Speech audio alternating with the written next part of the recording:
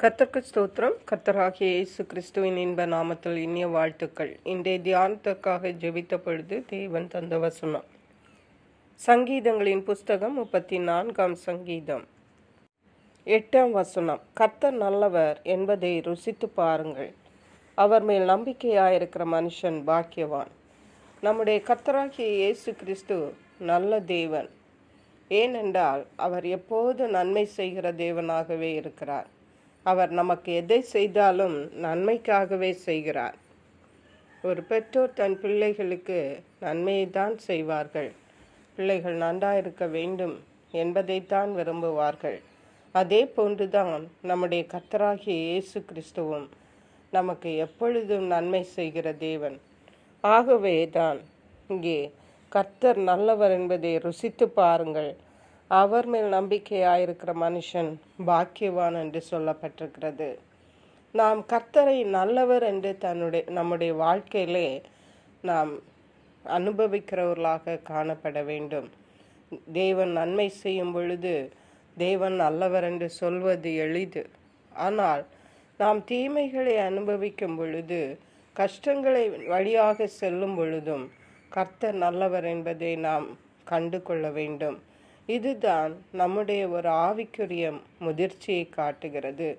கர்த்தரை எப்பொழுது நம்மோடு வைத்திருக்கும் பொழுது அவர் நமக்கு நல்லவராகவே தென்படுவார்.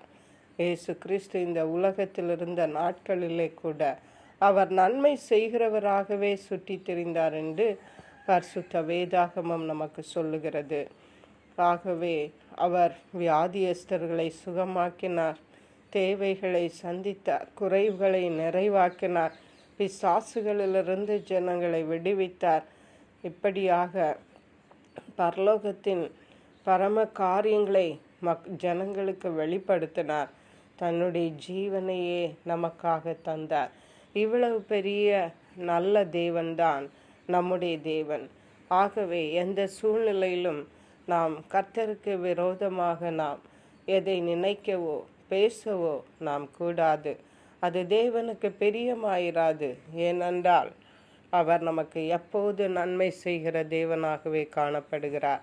ஒருவேளை நீங்கள் நினைக்கலாம், இது இப்படிப்பட்ட சூழ்நிலையிலே தேவன் என்னை அனுமதித்திருக்கிறார், இதனால் நான் எப்படி தேவனை நல்லவர் என்று சொல்ல முடியும் என்று நினைக்கலாம்.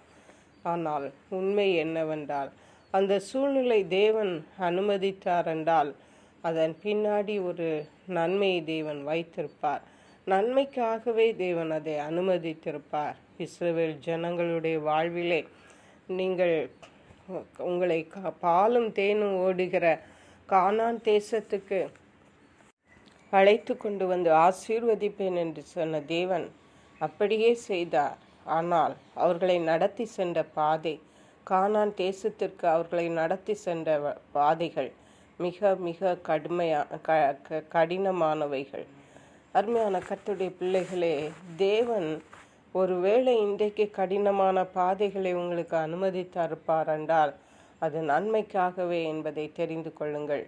தாவீது ராஜா சொல்லுகிறார், நான் உபத்திரவப்பட்டது எனக்கு நல்லது என்று பின் நாட்களிலே அவர் சொன்னார்.